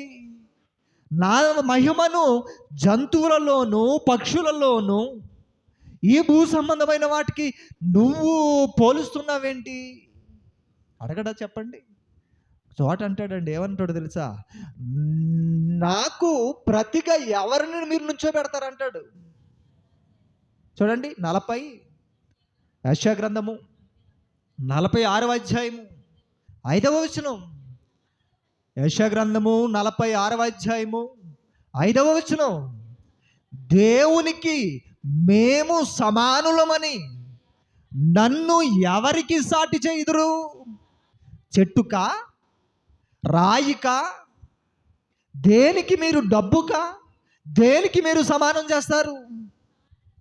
మేము సమానములమని ఎవరిని మాకు పోటీగా చేయుదురు? ఏంటి దేవునికి పోటీ అండి? చెప్పండి. దేవునికి పోటీ ఉంది అసలు ఎక్కడన్నా చెప్పండి? దేవునికి పోటీ ఏదండి అసలు? ఎవడున్నాడు చెప్పండి? ఎవడు అసలు ఎవరు కనిపించరండి. మేము సమానులమని, దేవునికి సమానంగా ఎవరున్నారండి? ఎవ్వరు లేరండి, ఎవ్వరు లేరు. వాస్తవమైన ఒక విషయం చెప్పమంటారండి, నిజంగా ఆ సమానమైన అర్హత, సమానమైన ఏమండి ఆ యొక్క ఏమండి ఆ క్యారెక్టర్ లేదా ఆ సమానమైన ఏమండి ఆ లక్షణాలు లేదా ఆ సమానత్వం ఎవరికి ఇచ్చాడు అంటే, ఎవరైనా ఎవరికి ఇస్తారు చెప్పండి? సమానమైన అర్హతలు ఎవరికి ఇస్తారు? ఏమండి మనం తల్లిదండ్రులుగా మా తర్వాత మా పిల్లలే, మాతో సమానం మా పిల్లలే అనుకుంటాం. అవునా కదా చెప్పండి? మనం అనుభవించేది మన పిల్లలు అనుభవించాలి. మా కష్టం మా పిల్లలు అనుభవించాలి. మా కష్టం మా బిడ్డలకి ఇవ్వాలి. మా కష్టాన్ని నా గర్భాన పుట్టిన వారు అనుభవించాలి అనే ఒక లక్షణం ఏమండి మనుషులుగా మనకు ఉంటుంది. దాన్నే మనం స్వీకరిస్తాం. దేవుడు కూడా అదే అనుకున్నాడు. నా కష్టాన్ని, 6 దినాల కష్టాన్ని నా బిడ్డలు అనుభవించాలి, నా బిడ్డలు అనుభవించాలి. అనుభవించాలి అనుకున్న దేవుడు తన కష్టాన్ని మనకిచ్చి, మీరు నా కోసం బ్రతకండి అని చెబుతున్నాడు. నా తర్వాత మీదే, నా తర్వాత మీరే. అందుకనే యేసుక్రీస్తు గారి గురించి మాట్లాడుతూ తనతో సమానముగా ఉండటానికి, చూడండి ఆ మాట మాట్లాడతాడు. యేసుక్రీస్తు గారి గురించి మాట్లాడుతూ దేవునితో సమానముగా ఉండటానికి విడిచిపెట్టకూడని భాగ్యమని యేసుక్రీస్తు గారు అనుకోలేదట. ఫిలిప్పీయులకు రాసిన పత్రిక 5వ అధ్యాయము 2వ అధ్యాయము 6వ వచనం. ఫిలిప్పీయులకు రాసిన పత్రిక 2వ అధ్యాయము 6వ వచనం చూడండి. ఆయన దేవుని స్వరూపము కలిగిన వాడై ఉండి, ఎవరు? యేసు ప్రభు వారు. దేవునితో సమానముగా ఉండుటకు విడిచిపెట్టకూడని భాగ్యమని ఎంచుకొనలేదు కానీ, మనుషుల పోలికగా పుట్టి దాసుని స్వరూపం ధరించుకుని ఉన్నాడు. తనను తానే రిక్తునిగా చేసుకునెను. దేవునితో సమానమట, దేవుని స్వరూపం అట. ఎవరు? యేసు ప్రభువారు. దేవుని స్వరూపం యేసు ప్రభువారు. ఆ యేసుక్రీస్తు గారిని నీ స్వరక్షకునిగా అంగీకరించిన మనము, మన స్వరక్షకునిగా అంగీకరించిన మనము దేవుని స్వరూపం కలిగి బ్రతకగలుగుతున్నామా? ఆలోచించండి. దేవుని స్వరూపం కలిగి జీవించగలుగుతున్నామా? ఆలోచించండి. దేవుని స్వరూపం కలిగి ఈ భూమి మీద ఆయన మహిమ నిమిత్తం మనము బ్రతకగలుగుతున్నామా? లేదండి, లేదు. మన క్యారెక్టర్ అంతా కూడా డెవిల్ క్యారెక్టరు. మన ఆలోచనలన్నీ కూడా దెయ్యపు ఆలోచనలు. దేవుని గురించిన ఆలోచన ఏది? దేవుని గురించిన ఆశయాలు ఏవి? దేవుని గురించిన మనసు ఏది? మనకు చెప్పండి. ఏమండి, రక్షణ పొందిన మనం అందరం కూడా మన ఆలోచన ఎలా ఉండాలో తెలుసండి. మన ఆలోచన ఎలా ఉండాలో తెలుసా? ఎప్పటి వరకు నా తల్లిదండ్రుల కోసం, ఎప్పటి కోసం ఈ లోకం కోసం బ్రతికేశాను ప్రభువా. నా సగం జీవితం నాశనం అయిపోయింది. నా తల్లిదండ్రులు నీ కోసం పుట్టానని చెప్పలేదు. నా తల్లిదండ్రులు నీ కోసం బ్రతకమని చెప్పలేదు. నా తల్లిదండ్రులు నీ కోసమే జీవించాలి అని చెప్పలేదు. కానీ మధ్యలో తెలుసుకున్నాను నేను, నా పాపాల కోసం నీ ప్రియకుమారుని అర్పించమని నేను తెలుసుకున్నాను. ఇదిగో ఇచ్చిన ఇక నా కాలం ఎంతో నాకు తెలియదు ప్రభువా. ఈ చిన్న జీవితంలో, ఈ తక్కువ కాలంలో నువ్వెంత ఆయుష్కాలం నాకు ఇచ్చావో తెలియదు గనక ఈ చిన్న జీవితంలో మిగిలిన కాలం అంతా కూడా తండ్రి మీ పాద పద్మముల యొద్ద నా సమస్తాన్ని నాకు లాభమని ఎంచుకున్న ప్రతి దానిని కూడా నష్టముగా ఎంచుకొని నీకోసమే నీకోసమే నీకోసమే కూర్చున్న, లేచిన, నడిచిన, ఏమండి పడుకున్న నీకోసమే నా ఆలోచన అయి ఉండాలి తండ్రి. నీకోసమే నా జీవితమై ఉండాలి తండ్రి. నీకోసమే నా ప్రాణాన్ని ప్రణంగా పెట్టాలి తండ్రి అని ఎంత వరకు మనం ఆలోచన చేయగలుగుతున్నాం చెప్పండి ప్రియమైన దేవుని వాళ్ళరా? లేదండి, ఈ ఆలోచన లేదండి. ఈ ఆలోచనకు బదులుగా లోక సంబంధమైన ఆలోచనలతో మనశ్శాంతులు లేకుండా బ్రతుకుతున్న పరిస్థితులు కదండి. ముఖ్యంగా రక్షణ పొందిన ప్రతి ఒక్కరూ ఆలోచించండి. మీరు రక్షణ పొందిన నాటి ముందుకు కాలాన్ని మీరు ఆలోచిస్తే దేవునికి భిన్నంగా బ్రతుకున్న జీవిత కాలాలు అవి. అర్ధాంతరంగా అప్పుడే మన కాలం ముగించిపోతే ఆరని అగ్నిలోనికి మనం వెళ్ళిపోయేవారము కదా. దేవుని స్వరూపాలుగా మారకుండా చనిపోతే ఆరని అగ్నిలోనికే కదా మన జీవితాలు. తెలుసుకున్నాం, మనం దేవుని స్వరూపం అని తెలుసుకున్నాం. దేవుని స్వరూపం అని తెలుసుకున్న తరువాత, దేవుని స్వరూపమని మనము ఏమండి ఆలోచించిన తర్వాత, ఈ విషయాన్ని విన్న తర్వాత దేవుని స్వరూపంగా బ్రతకటానికి ఏంటండి మనకి చెప్పండి? బ్రతకటానికి ఏంటి? నీకు కలిగినది, నీ సంపాదన, నీ ఆయుష్కాలాన్ని, నీ దేహానికి రక్తమైన ప్రాణాన్ని నీ దేవుని కోసం ఇవ్వలేవా? నీ దేవుని కోసం కష్టించలేవా? నీ దేవుని కోసం పని చేయలేవా? నీ దేవుని కోసం ప్రకటించలేవా? నీవు చెప్పండి. ప్రకటించాలి. అప్పుడు కానీ నీకు దేవుని స్వరూపం రాదు. అప్పుడు కానీ నీకు దేవుని తత్వం రాదు. అప్పుడు కానీ నీలో దేవుని లక్షణాలు కనపడవు. కనపడతాయో చెప్పండి? కనపడవు. ఏమండి, ఇది వేప చెట్టు అనటానికి ఏమండి దానికి కొన్ని లక్షణాలు ఉంటాయి. ఇది మామిడి చెట్టు అనటానికి కొన్ని లక్షణాలు ఉంటాయి. ఇది పలానా మొక్క, పలానా పువ్వుల చెట్టు అనటానికి దానికి కాసే పువ్వులు వేరే ఉంటాయి. దానికి కాసే పువ్వులు ఉంటాయి. ఒక్కొక్క మొక్కను, ఒక్కొక్క చెట్టును, దానికి కలిగిన ఫలములను బట్టి మనము ఇది ఈ చెట్టు అని మనము గుర్తిస్తామే. మరి దేవుడు కూడా, ఈ సమాజము కూడా మనలను వీరు దేవుని స్వరూపాలు, వీళ్ళు దేవుని కోసం బ్రతికేవారు, వీళ్ళు దేవుని స్వరూపాలుగా మారుతున్నారు, వీళ్ళలో దేవుని స్వరూపం కనపడుతుంది. దేవుణ్ణి తెలుసుకోక ముందు వీళ్ళ బ్రతుకు చూసాము, దేవుణ్ణి తెలుసుకున్న తర్వాత వీళ్ళ బ్రతుకు చూస్తున్నామని ఒక గొప్ప సాక్ష్యం మనలో ఉండాలి కదండి. ఈ సాక్ష్యం మనం సంపాదించుకోవాలి కదా. ఏదండి, ఎక్కడున్నది ఈ సాక్ష్యం? ఎక్కడుంది చెప్పండి మనలో? నువ్వు దొంగ అంటే నువ్వు దొంగ. నిజమండి. ఎవరు? రక్షణ పొందిన వేటి కోసం అంటే పనికి మాలిన వాటి కోసం అండి. దేవుని పనికి ఉపయోగం అక్కర్లేదా? దేవుని పనికి ఉపయోగపడక్కర్లేదు. దేవుని పనికి అవసరం లేదు. నీ ఆయుష్ ఉందే, నీ ఆయుషే నాకు ఇచ్చేయమంటున్నాడు దేవుడు. నువ్వు ఇచ్చే అరటిపండు వద్దు, నువ్వు ఇచ్చే ఏమంటే పళ్ళు వద్దు, నువ్వు ఇచ్చే పలహారాలు వద్దు, నీ డబ్బు వద్దు నాకు అంటున్నాడు దేవుడు. అదే కదా అన్నాడండి ఒకనాడు ఇశ్రాయేలీయులతో అన్న మాట ఏంటో తెలుసా? దేవుడు, నీ బలి వద్దు, నీ అర్పణ వద్దు, నాకేమొద్దు, నాకేమవద్దు. మరేమేమల్ల ప్రభువా? సజీవ యాగంగా నేను నీకు దేహాన్ని ఇచ్చాను కదా, నీకు దేహాన్ని ఇచ్చాను. ఆ ఇచ్చిన దేహాన్ని సజీవ యాగంగా నాకు ఇచ్చేయి. ఈ లోకంలో దేనికోసం పనిచేయకు. ఒకవేళ ఈ లోకంలో ఏదన్నా కోరుకున్నావా, అది నీ తండ్రినైన నా పనికి, అది నీ తండ్రినైన నా కోసం వినియోగించాలి, అది నీ తండ్రినైన నా కోసమే, మహిమ నిమిత్తమే అది ఉండాలి తప్ప, నీ జీవితం ఉండాలి తప్ప ఈ లోక సంబంధమైన ఆర్భాటాలకు, ఈ లోక సంబంధమైన ఆశయాలకి, ఈ లోక సంబంధమైన పనులకు నువ్వు వెళ్ళకూడదన్నాడు దేవుడు. రోమాపత్రికలు అదే కదండి అంటాడు 12వ అధ్యాయంలో. రోమాపత్రిక 12వ అధ్యాయంలో ఏమంటాడు చూడండి, ఒకసారి చూద్దాం. రోమాపత్రిక 12వ అధ్యాయము మొదటి 2 వచనాలు.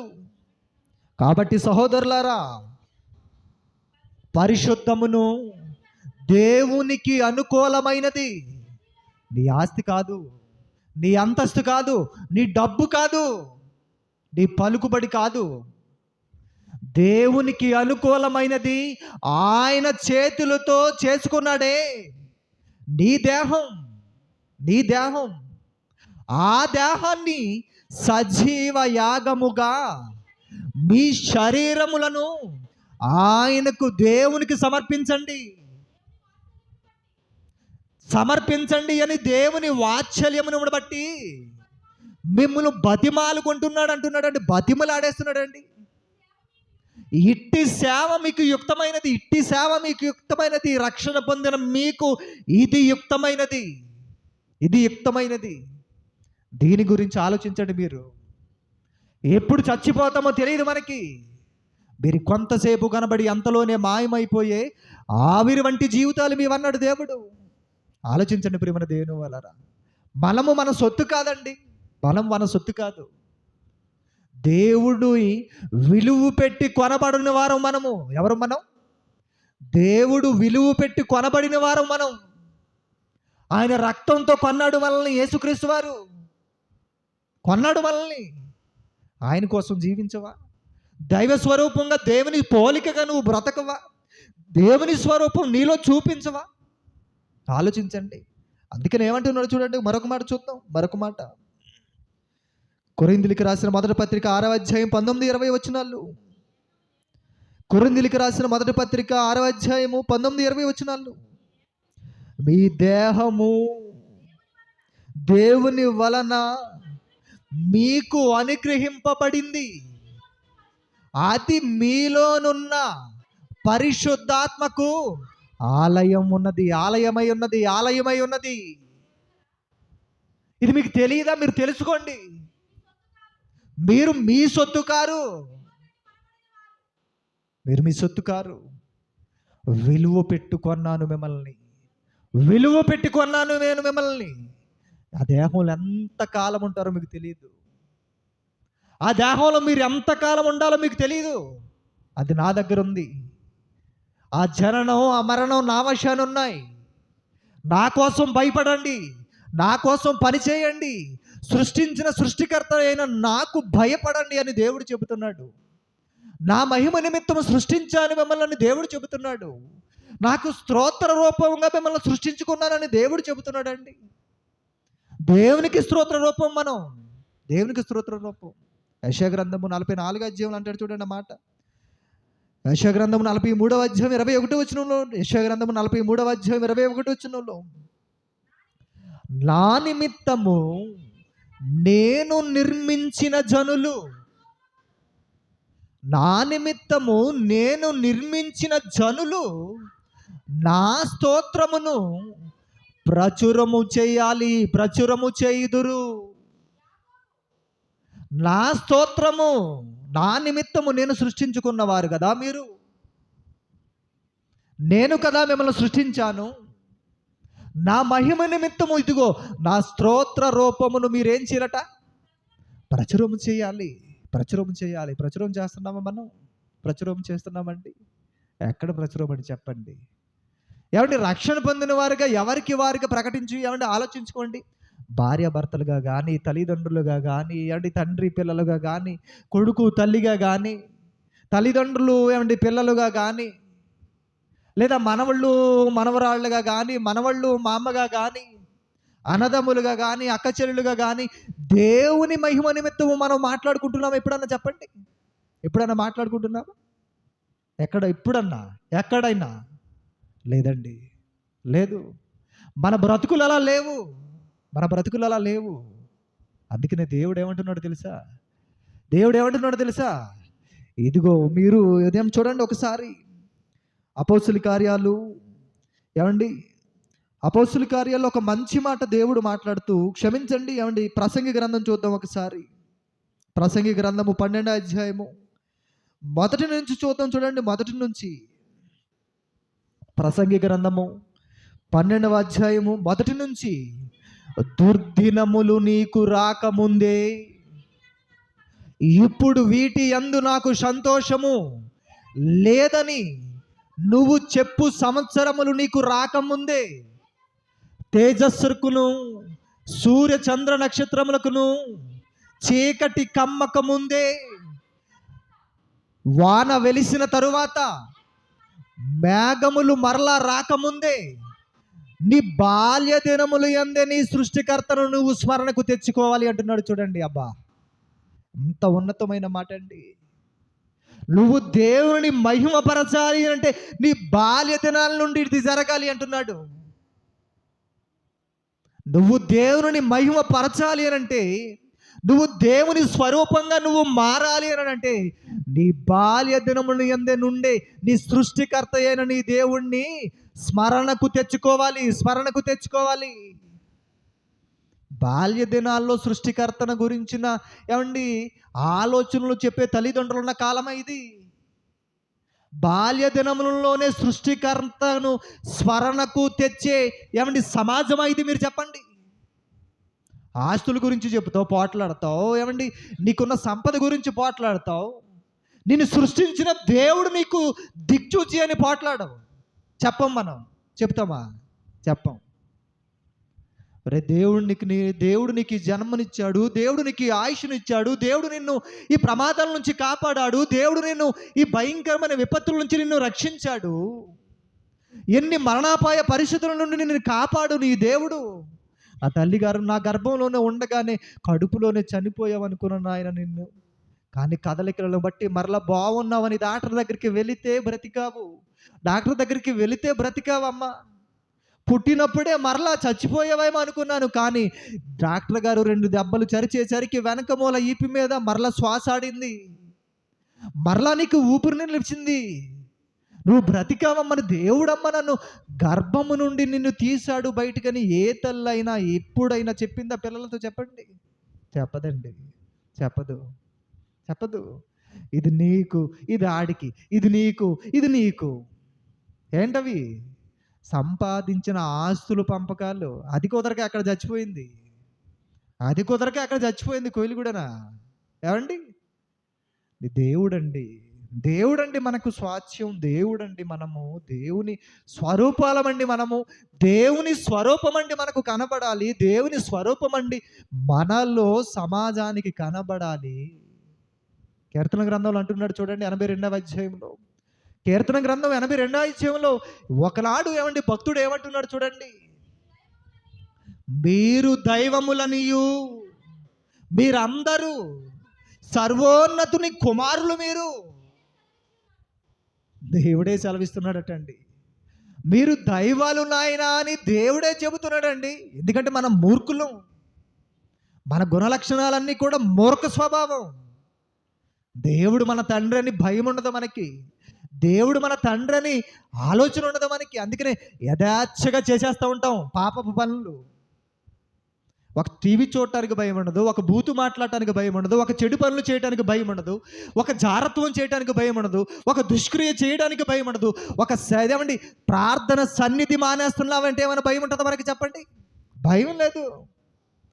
భయం విడిచి బ్రతుకుతున్న మనుషులు మనం, భయం విడిచి బ్రతుకుతున్న మనుషులు మనం. దేవుడికి భయపడుతున్నామా మనం? చెప్పండి. దేవుని భయం మనలో ఉందా? చెప్పండి. ఉందా? చెప్పండి. నేను దేవునికి భయపడుతున్నాను, దేవుని భయం నాలో ఉంది అని రొమ్ము మీద, మన గుండె మీద చేసుకుని మనం చెప్పగలమా? చెప్పలేమండి. మరి ఇంకెప్పుడు చెబుతావు? చెప్పండి. ఎప్పుడు చెబుతావు? ఎప్పుడు చెప్పలేమంటావు, అవునా కదా? చెప్పండి. మరి ఎప్పుడు చెప్పేది చెప్పండి. బాప్తిస్మం పొంది ఎన్ని సంవత్సరాలు అయ్యింది? బాప్తిస్మం తీసుకుని ఎన్ని సంవత్సరాలు గడుస్తున్నాయి? నీ సంవత్సరాలు తరిగే కొద్దీ నీకేం దగ్గర అయిపోతుందో తెలుసండి? ఏం దగ్గర అయిపోతుంది? నీకు మరణం దగ్గర అయిపోతుంది, నీకు చావు దగ్గర అయిపోతుంది. వయసు వయసు వయసు వచ్చే కొద్దీ మనిషి మరణవస్థలోనికి వెళ్ళిపోతున్నాడే తప్ప మరలా యవ్వనంగా ఏమైనా మారతాడు? చెప్పండి. మారతాడా? మారడండి. సంవత్సరాలు గడిచే కొద్దీ దేవుడిచ్చిన కాలం అయిపోతుంది, దేవుడిచ్చే కాలం అయిపోతుంది. ఆ కాలం అయిపోయే లోపు, ఆ కాలం ఎప్పుడు వస్తుందో నీకు తెలియదు కనుక, ఆ కాలం నీ దగ్గరికి రాకముందే, ఆ మరణం నీ దగ్గరికి రాకముందే నువ్వు జాగ్రత్త పడాలి కదా, నువ్వు భయపడాలి కదా. ఇదిగో ఈ సెల్లో నేను ఇది చూస్తున్నానంటే నా దేవుడు నన్ను చూస్తున్నాడు.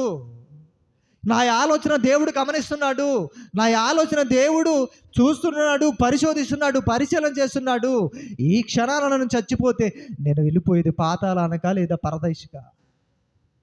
దేవుడు నన్ను నెమ్మది పొందే స్థలానికి పంపించాలా? దేవుడు నన్ను ఆరని అగ్నిగుండానికి పంపించాలా?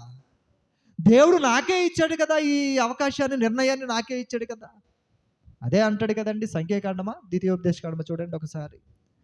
ఏమండి, జీవ మార్గమును మరణ మార్గమును నీ ఎదుట పెట్టి ఉన్నారంటే చూడండి, మంచి మాట అండి, చాలా బాగుంటుంది ఆ మాట.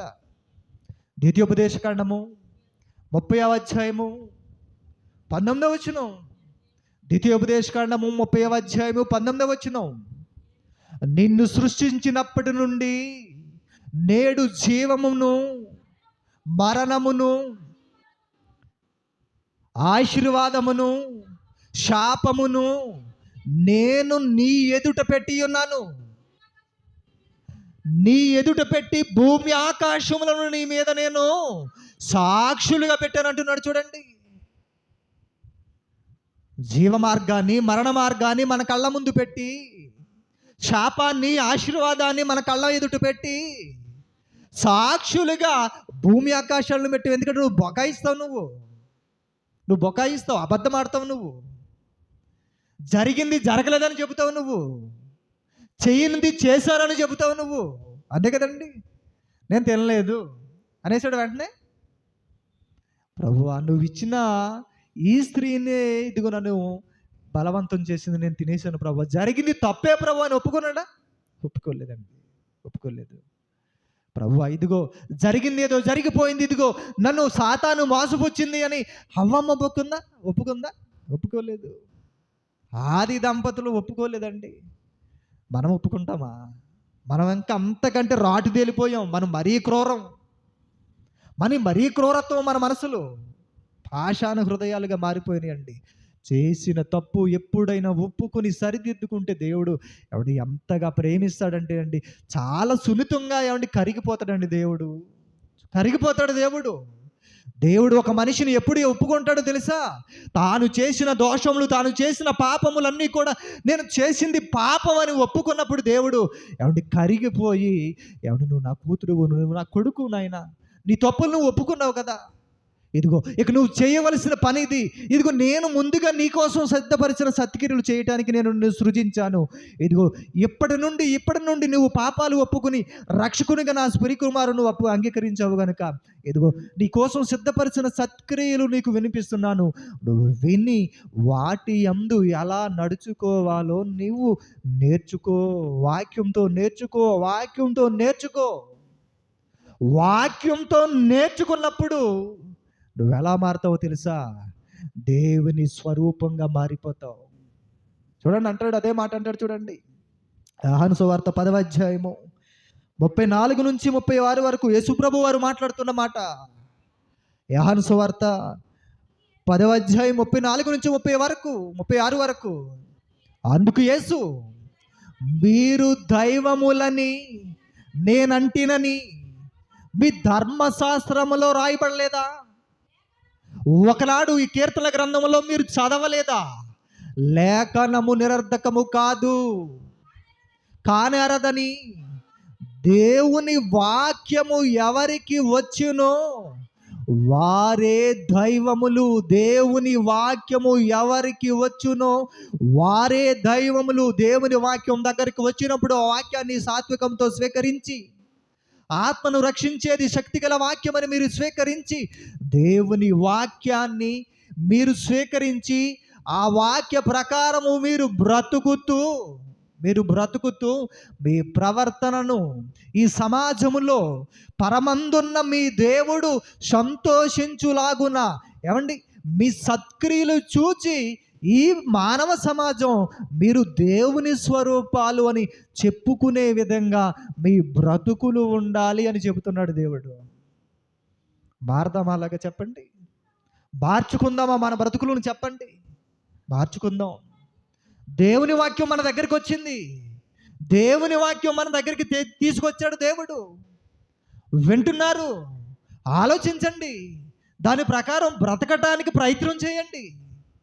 విని బ్రతకక సత్క్రియలనే ఆలోచన మనకు లేకుండా మనం బ్రతికితే, బ్రతుకు ముగించుకుంటే ప్రియమైన దేవుని వాళ్ళారా, ఆరని అగ్నిలోనికి మనం వెళ్ళిపోక తప్పదు.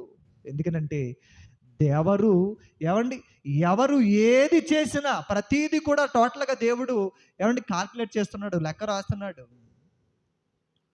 నన్ను తెలుసుకున్న నాటి నుండి బ్రతికిన కాలమెంత, నన్ను తెలుసుకోకుండా బ్రతికిన కాలమెంత, నన్ను తెలుసుకున్న నాటి నుండి నా కోసం బ్రతికిన కాలమెంత, నా కోసం బ్రతకని కాలమెంత, అన్నీ కాలిక్యులేట్ చేస్తున్నాడు.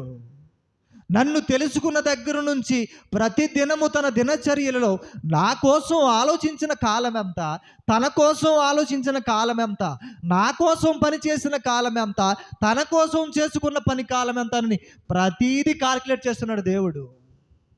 దేవుని స్వరూపంగా బ్రతుకుతున్నావా?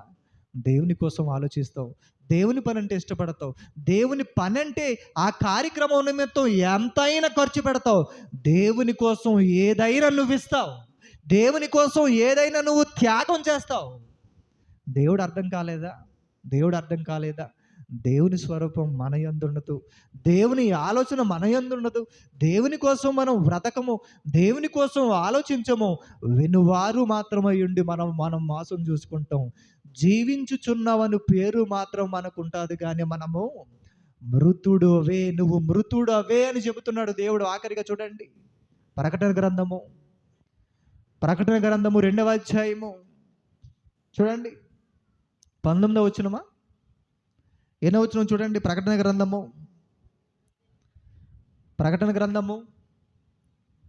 2వ అధ్యాయము చూడండి, దొరికిందా? 6వ అధ్యాయమా 19 చూడండి అమ్మా. 3వ అధ్యాయము 1వ వచనం, పార్దీసులో ఉన్న సంఘపు దూతలకు ఎలాగూ రాయము. కంటిన్యూషన్, ఆఖరి మాట చదవండి, ఆ డైరెక్ట్ మాట చదవండి. నీవు జీవించుచున్నావనే పేరు మాత్రము నీకుందదు, కానీ క్రైస్తవుడా, క్రైస్తవురాలా, నీవు మృతుడవే. నీ క్రియలు దేవుని ఎదుట సంపూర్ణమైనవిగా నాకు కనబడలేదు, సంపూర్ణమైనవిగా కనబడటం లేదు. నీ క్రియలు, నీ ఆలోచన, నీ ప్రవర్తన, నీ బ్రతుకు దేవుని ఎదుట సరి అయినదిగా లేదు. కానీ నువ్వు జీవిస్తున్నావు, ప్రార్థనకు వెళ్తున్నావు, బైబిల్ పట్టుకున్నావు, దేవుని వాక్యం చెబుతున్నావు, దేవుని వాక్యం వింటున్నావు, దేవుని కోసం నేను ఉన్నాను అనుకుంటున్నావే తప్ప నీవు జీవించుచున్నావని పేరు మాత్రము నీకు ఉన్నది, కానీ నీవు మృతుడవే. గనుక ప్రియమైన దేవుని వాళ్ళారా, నేడు అను సమయం ఉండగానే దేవుడు నీకు ఇచ్చిన ఆయుష్ కాలంలో నీ బ్రతుకును సరిదిద్దుకో. దేవుని కోసం నీ జీవితాన్ని అర్పించు, సజీవ యాగంగా నీ దేహాన్ని దేవునికి సమర్పించుకో, ఆ దేవుని వాక్యాన్ని నీ హృదయంలో పెట్టుకో. అప్పుడు దేవుని ఎదుట పాపం చేయకుండా నీ బ్రతుకు బాగుంటుంది, నీ ఆలోచన బాగుంటుంది, నీ జీవితం బాగుంటే అప్పుడు నీవు సమాజంలో నేను దేవుని స్వరూపం నాదే, నేను దైవంగా బ్రతకాలి, దేవుని కోసం బ్రతకాలి అని నీవుగా దేవుని కుమారుడిగా భూమి మీద సమాజంలో బ్రతకొచ్చు. అనేకులు దేవుని రూపాన్ని చతుష్పాద జంతువుల రూపంగా మారుస్తున్న వారికి కూడా అవి దేవుడు కాదు అని నువ్వు సత్యవాక్యాన్ని చేత పట్టుకొని వెలుగెత్తి సమాజం ఎదుట ఆయన స్తోత్ర రూపమును, ఆయన స్తోత్ర గీతమును నువ్వు ప్రచురము చేస్తావు. నీ బ్రతుకు నీకే అర్థం కాకపోతే, రక్షణ పొందిన నీవే నువ్వు గ్రహించకపోతే, ఇంకా దేవుని కోసం చెప్పేది ఎప్పుడు చెప్పండి? ఆయన స్తోత్ర రూపానికి మనము సమాజం మధ్య ప్రకటించేది ఎప్పుడు చెప్పండి? ఆలోచించండి ప్రియమైన దేవుని వాళ్ళారా, ఈ మంచి మాటలు మీరు ఆలోచించండి, వినండి. మనలో కూడా మైనస్లు, ఏది నాలో మైనస్ ఉంది? నేను దేవుని కోసం ఆలోచిస్తున్నానా, లోకం కోసం ఆలోచిస్తున్నానా, లేదా నా సంపద కోసం, నా ఇష్టం కోసం ఆలోచిస్తున్నానా? దేవుని సంపద, ఆత్మల సంపద, దేవుని సంపద కోసం, దేవుని రక్షణ కోసం అనేకులకి ఈ మాటలు పంచడానికి నేను ప్రయాసపడుతున్నాననే విషయాన్ని ప్రతి ఒక్కరూ కూడా గ్రహించుకుని, ప్రతి ఒక్కరూ కూడా ఆలోచించి, ఈ సమాజం అంతా కూడా నాశన కోపంలో కూరుకుపోయింది. వారిలో కొందరినైనా, అందరినీ మనం రక్షించలేం, కనీసం కొందరినైనా బ్రతుకునిచ్చిన దేవుని కోసం బ్రతికించడానికి ఈ వాక్యం మన దగ్గరికి వచ్చింది కనుక, వాక్యం ఎవరికి వచ్చినో వారే దైవములని దేవుడు చెబుతున్నాడు కనుక, దేవుని వాక్యం మన దగ్గరికి వచ్చింది. దేవుని పోలిక మనం మనం దేవుని పోలిక, దేవుని స్వరూపం మనం. దేవుని స్వరూపాలమైన మనము దేవుని స్వరూపంతో బ్రతుకుతూ, దేవుని స్వభావాన్ని సమాజంలో చూపిస్తూ, దేవుని లక్షణాలను ఈ సమాజంలో ప్రకృతి ఎలాగైతే ఏమండి ఆయన ఆజ్ఞను తప్పకుండా పంచభూతాలు ఆయన ఆజ్ఞను నెరవేరుస్తున్నాయో, మనము కూడా జీవ మార్గాన్ని మరణ మార్గాన్ని మన కళ్ళ ముందు పెట్టి, భూమి ఆకాశాలను మనం అనుభవిస్తున్న భూమి ఆకాశాలను మన మీద సాక్షులుగా పెట్టాడు. ఆయన సాక్ష్యము అడిగినప్పుడు మనము తల ఎత్తుకునే వారముగా ఉండాలి తప్ప తల దించుకునే వారముగా మన బ్రతుకులు ఉండకూడదని మనసారా తెలియపరుస్తూ ఇలా మాటలు ముగిస్తున్నాను. ప్రార్థన చేసుకుని కార్యక్రమాన్ని ముగించుకుందాం. ప్రేమ కలిగిన కన తండ్రి, కృపగల దేవ, గడిచిన కాలం అంతా మీ చలనడలో కాచి కాపాడారు. వందనాలు నాయన. విలువైన అంశాన్ని నాయన మేము ఆలోచించాం, అర్థం చేసుకునే మంచి మనసునివ్వండి నాయన తండ్రి. వాక్యం మా దగ్గరికి మీరు పంపించారు. వాక్యం ఎవరికి వచ్చినో వారే దైవాలని తెలియపరుస్తున్నారు. నీ స్వరూపంతో పుట్టిన మేము నాయన దైవాలుమని దైవంగా బ్రతకటానికి నిత్యము మీ వాక్కులను మాలో ఉంచి, అపవాది ప్రతి శోధన నుంచి మమ్మల్ని తప్పించి నడిపించమని యేసుక్రీస్తు వారి శ్రేష్టమైన నామముని ప్రార్థన అడుగుచున్నాను మా పరమ తండ్రి. ఆమెన్. Thank you.